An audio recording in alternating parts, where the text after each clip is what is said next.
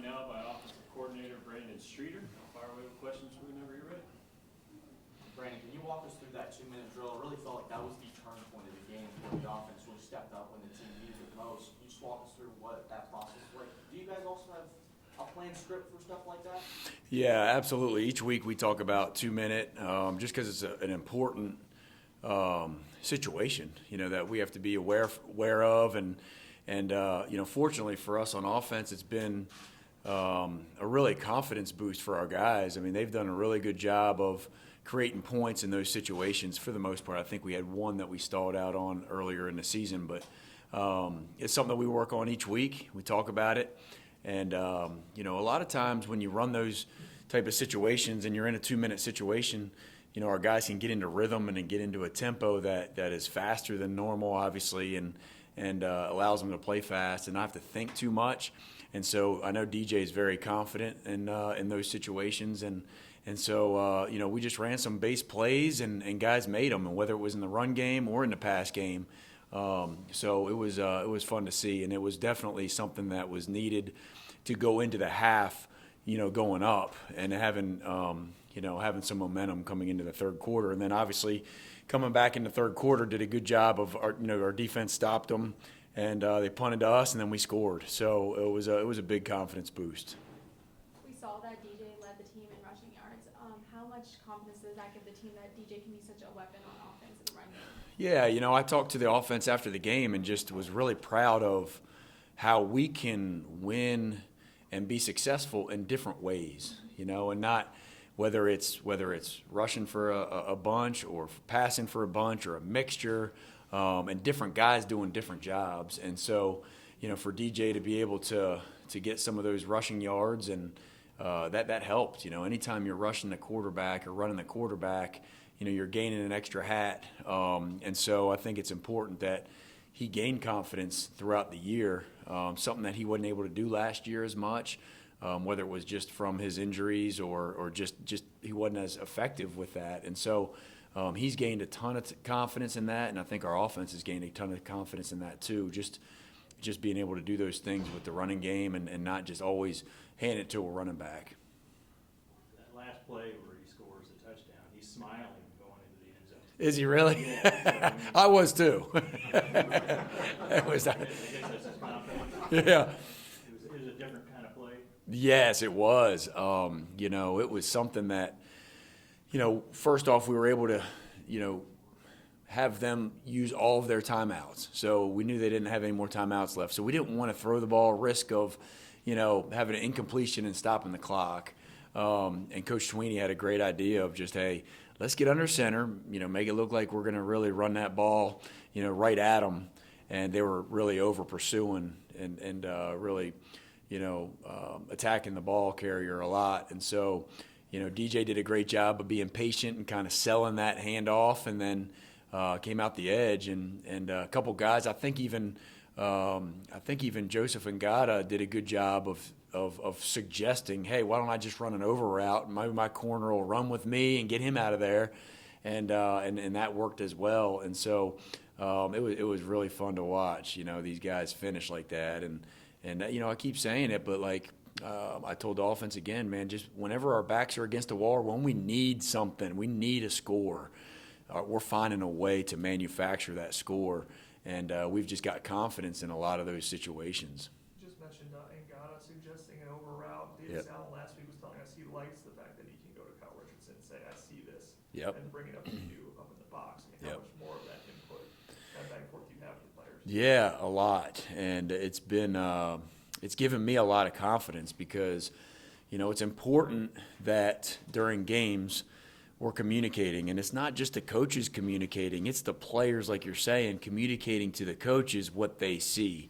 And obviously, we can't run everything, but there's a lot of times that they see some things that we might not have seen or thought about, and it might just be a little tweak here or there that can make a difference in a game.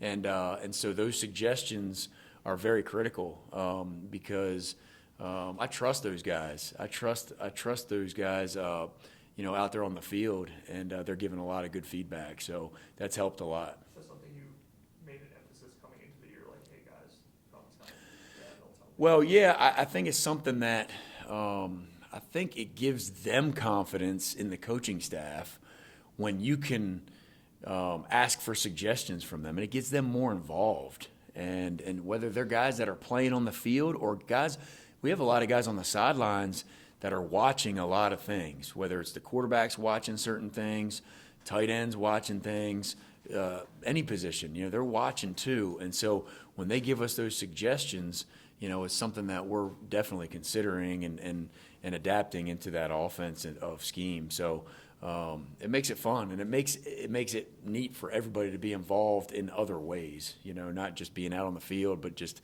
being on the sideline and giving us some of those thoughts too.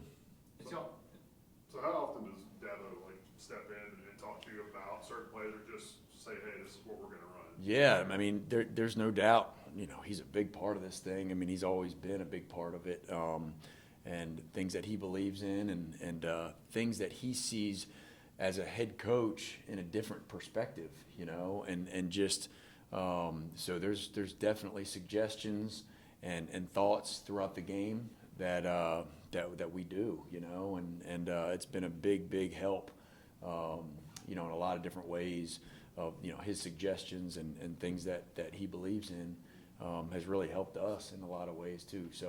So I think the camaraderie of our staff has been very, very good, and that's something that was very important for us coming into the spring.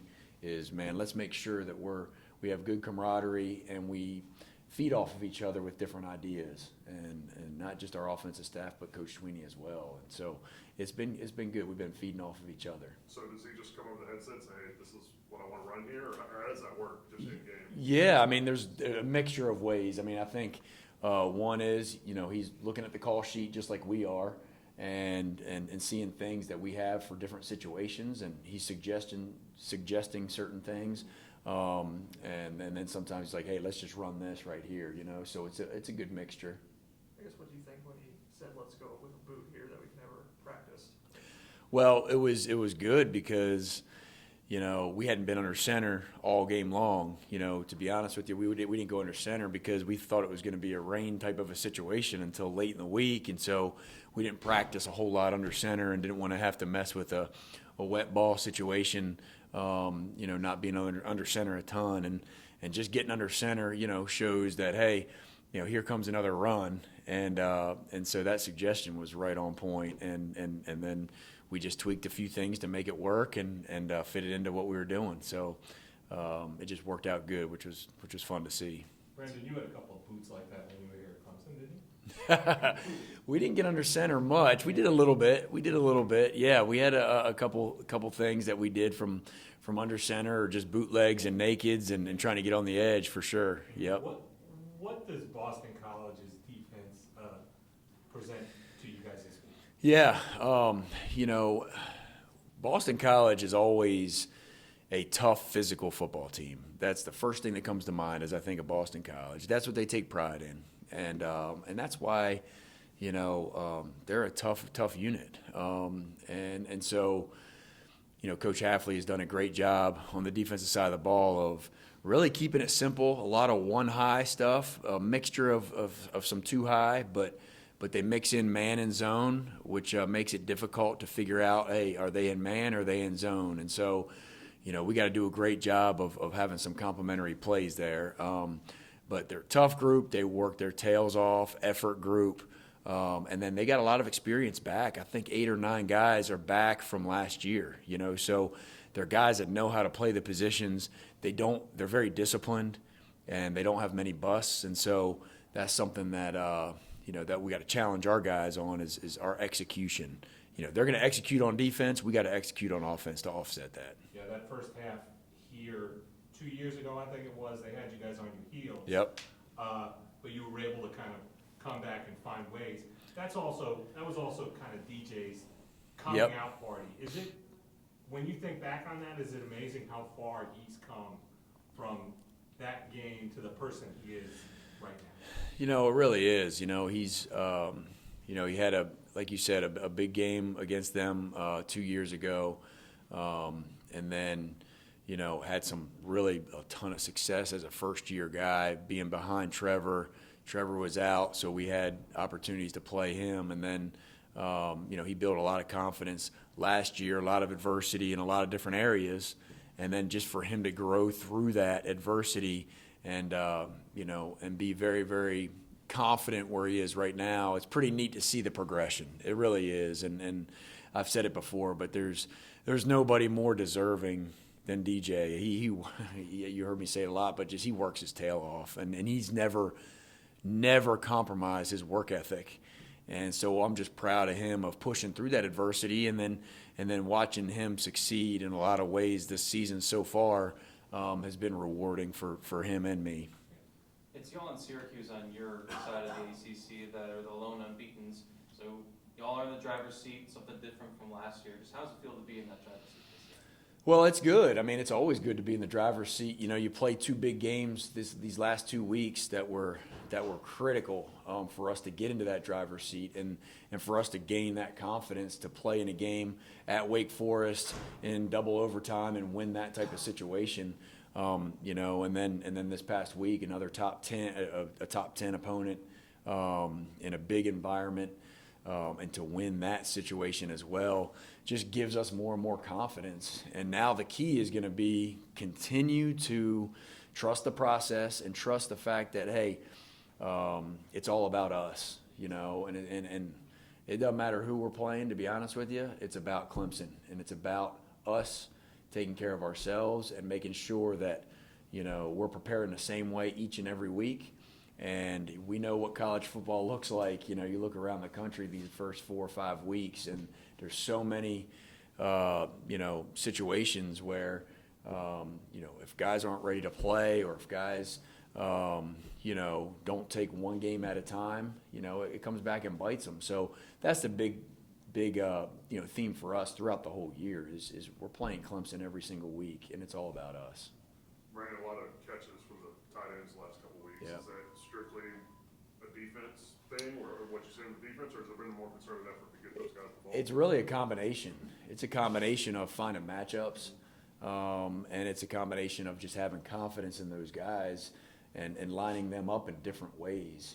Whether they're coming out of the backfield making plays in the passing game or they're lined out wide making plays in the passing game. And so, my confidence just continues to grow in that room and what they've become as players. And it allows, we've done a good job, I feel like, as an offense of spreading the ball around. It's not just one guy or one position getting all the catches or, so I think that makes it harder for the defense to defend, when you have, different positions making plays each and every game. And so that's been a lot of fun. You guys have had some 2x2 sets where you've had Jake and Davis both lined up in the slot at the same time. Is putting them in the slot, is that something that you wanted to do more? Yeah, again, matchups is a big thing, and then whenever we get into those sets, we're in 12 personnel, so 2 tight ends, 2 receivers, and 1 running back, and a lot of times people are conventional and just get them in the backfield. The tight ends are just in the backfield, but now we have been able to line them up in different spots, and so whether it's in the slot or outside, creating those matchups with those big bodies, that's hard to cover, and it takes away tendencies too, and so just being able to grow those packages each and every week has been fun as an offensive staff. So last week we heard from Kyle Richardson that there's even an emphasis on third down where his group and some coaches looked at third down and another group of coaches looked at second down, first down. Why do you split it up that way? Are you looking at certain situations, certain personnel groups, or what specifically do you gain by having different groups of coaches looking at those? Yeah, you talking about as we game plan? Yeah, I think it's important to get everybody involved in the game plan. There's a lot of different ways that I've done it in the past and that we've done it here in the past. One way is to have everybody, sit in the room and watch every situation and watch every formation and watch every personnel group and go through that process that way. But I think there's a little bit more ownership maybe when you break off and you have projects for different guys and then they get to present and, it gives them a little bit more ownership of what they're doing, you know, and I think you can gain some even more ideas by doing it that way, rather than everybody being in the room the whole time and watching the same stuff, you know, and so we've been able to do that. We've been able to break off and guys kind of focusing on certain parts of the game plan, and then coming back together and kind of rehashing it and let me look at it in a different way. And then just kind of coming up with the game plan that way. So that's kind of the reason why, and it's been going really well. Even though each week we're tweaking little things on how we want a game plan throughout the week, that's kind of been the gist of it so far.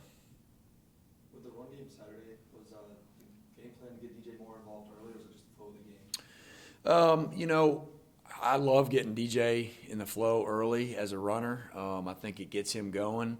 I think it, creates a sense of urgency as a runner, and it also allows him to not just be a pocket guy making throws back there. You know, it allows him to get on the edge, and I think it gets him going, you know, early in the game. So, it's a combination, though, of both, part of the game plan and part of just, hey, how can we get him going? What's the best way to do that? And it also depends on what the defense is doing, too. So it was a good little mixture. Brandon, I wanted to ask about college football analysts now. I mean, obviously, when you got started in coaching, that wasn't a route you could take. But, I mean, now that it's here, I mean, a guy like Kyle Richardson, a guy like Wes Goodwin, have an entryway and they get there. And what's it like having more voices or more eyes to look at different things and bring to you that you might not see? Yeah, I think it's very, very important. Any idea and anything that somebody sees that can present to our staff, I mean, could make the difference, and that's how we've approached it ever since I've been here. Coach Swinney does a great job of empowering people to do their job and voice their opinion. And so we have a very, very smart and engaging support staff, and we've always been that way. And I think it's very, very valuable for those reasons. And so, I look back at my days when I was at Liberty and was at Richmond, and it was the 5 full-time offensive coaches and 1 GA, and times have changed. And it's been a good thing. It's been a good change. It's given guys opportunities to share those thoughts and share those opinions. And it allows us to be even more multiple, allows us to be more creative.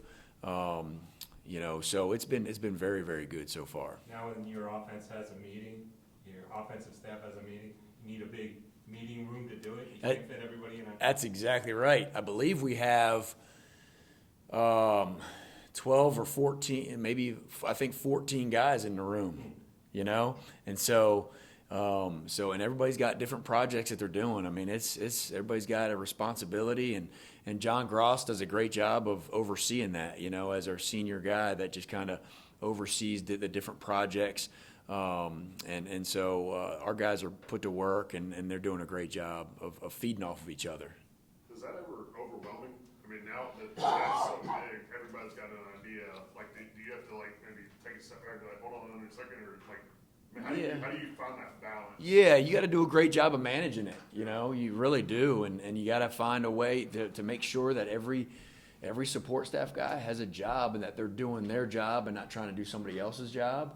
But it's very, like I said earlier, I mean, it's very beneficial because as long as guys are doing their job, and then on top of that, giving those ideas and understanding that, hey, every idea that they give is not going to go into the game plan, and they just got to accept that. But, man, being able to, process all that, early on can be overwhelming. You just got to be able to pick and choose what you feel fits the offense the best and fits what we're trying to accomplish. And but for the most part, man, it's been really, really good. It's just looking back at the DJ to Shipley play on the sideline. It looked like DJ really worked through his progressions, and there was the tackles really given great pocket. I mean, how different is that with DJ, just his ability to stay focused down the field and work through his progression? Well, his confidence in the pocket has grown tremendously from last year to this year, and for a variety of reasons. But, man, he trusts his protection. I mean, we haven't given up a sack, I think in the last 2 games, right? So, I mean, that's a big time confidence booster for a quarterback to just have that much, confidence in his offensive line and running backs as they're protecting and tight ends as they're protecting. And so he is feeling comfortable in the pocket, and it was great to see him just go through his progression. And heck, that was the 5th guy for his progression. So he went through a full field read right there. And then it was really awesome to see Shipley just make a play right there and show everybody that there is no question this kid is not just dynamic when you hand him the ball, but he's dynamic outside of the pocket and as a pass threat. And so for them to be on the same page was really, really neat to see. And Shipley turned that thing into like a little bit of a wheel route. Just awesome to see. So I think they're just growing in that way too, just like as far as guys, in the pass game, if things aren't happening right away, of adjusting, whether it's a scramble drill or something like that, and that's kind of what that ended up being. Did you know right away that the referees were reviewing a knee-down situation? Because it looked like the ball got away from Will at the end and then flipped out of bounds. Yeah, I did not know that he, it was close to a fumble situation. I thought it might have been him down at the 1 is what ended up being the call. So we're just trying to get ready for that next call if it was down at the 1-yard line, which we had to get. And so, yeah, at first I didn't know it was close, So ball security is something that, we've been fortunate a couple times. I think Davis Allen had another one that was close. They blew it dead because of his forward progress. But we got to continue to emphasize, that ball security and finishing. Any questions for Coach from Zoom? Hey, Coach, it's Trevor Grossman, CUTigers.com. On that bootleg, DJ sold it really well. And Coach Swinney told me after the game that that was a point of emphasis. He didn't carry out those fakes as well last season. How much did you have to work with DJ over the spring and in August on that? Yeah, I think we really take pride. We got to take pride at quarterback to, sell our fakes as much as possible, and because it's our job to influence the defense and try to pull the defense with us when we're handing the ball off. So I've always taken pride in the faking part of it. And so DJ has a knack to him as far as, his patience, and he loves that, being able to sell some fakes. And he was able to do that and just be really patient. Had some poise right there in that situation, which was really good to see. I think it really held that backside linebacker that was coming off the edge. And so it was good to see him finish that play, and his patience really helped it. Thank you, Coach. Hey, Coach Streeter, this is Anna Adams. I think Coach Swinney said last night that Adam Randall is kind of ready for prime time. It's just a matter of he'll get more opportunities as it goes. I mean, is that a matter of kind of just letting it happen naturally, or do you try to script him some more plays to get him more touches just so he gets to speed well a little more? Yeah, no, he has done a really, really good job of his number one, his preparation, how he practices. He's making plays every single day. And so, he's a guy that's just going to continue to get more and more reps, and he's going to find ways to get the ball. There's no question about it. Just playing that position, our 9-man or our guy that's into the boundary most of the time, I mean, he's going to just naturally get more and more balls. And so I think you'll see him, be even more productive as the year goes on. He's done a great job. Anyone else for Coach? It's just in general with the offense. I mean, Coach, when he was saying that you guys really had to manufacture everything last year, and now you're averaging 40 points a game. I mean, how much more confidence do you feel like is in that locker room, and how much more fun are they having? Just, making plays as opposed to last year? Well, you just said at the end, I mean, making plays is giving them confidence, and then it's giving me confidence to call plays, Anytime guys are not making any plays and it's just hard to get it going, it's hard to call some of the shots down the field, because then you're getting even more backed up, and you're not on schedule on second down and third down, and then we all know when you get into third and long, that's a hard situation. And so man, them making the play, it starts with the players, getting the right players the ball, number one, and then by making those plays, just like I said, gives me confidence to call those down the field plays a lot more, and it allows our staff to be even more creative to find ways to get those guys the ball. And then, it really comes down to the quarterback. Is he confident, and is he giving guys a chance to giving those guys a chance to make plays on the ball? And DJ's been able to do that for the most part this year.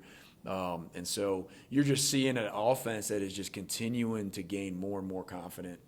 And that also is a reflection, too, of the coaches being able to have confidence in them. And so it's been fun. It's been a lot of fun. And the demeanor's been really good. And our leadership has been really good. And it's just been a positive atmosphere. Do you think that's been the main reason for the difference in production so far this season? Is what? Just Absolutely. 100%. It's our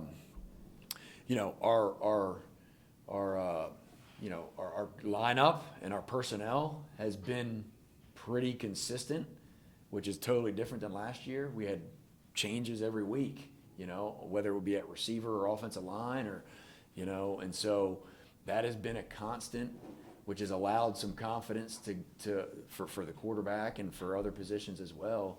And so anytime you have that constant, you're going to be able to be more confident, and you're going to be able to make more plays, and that's what those guys are doing.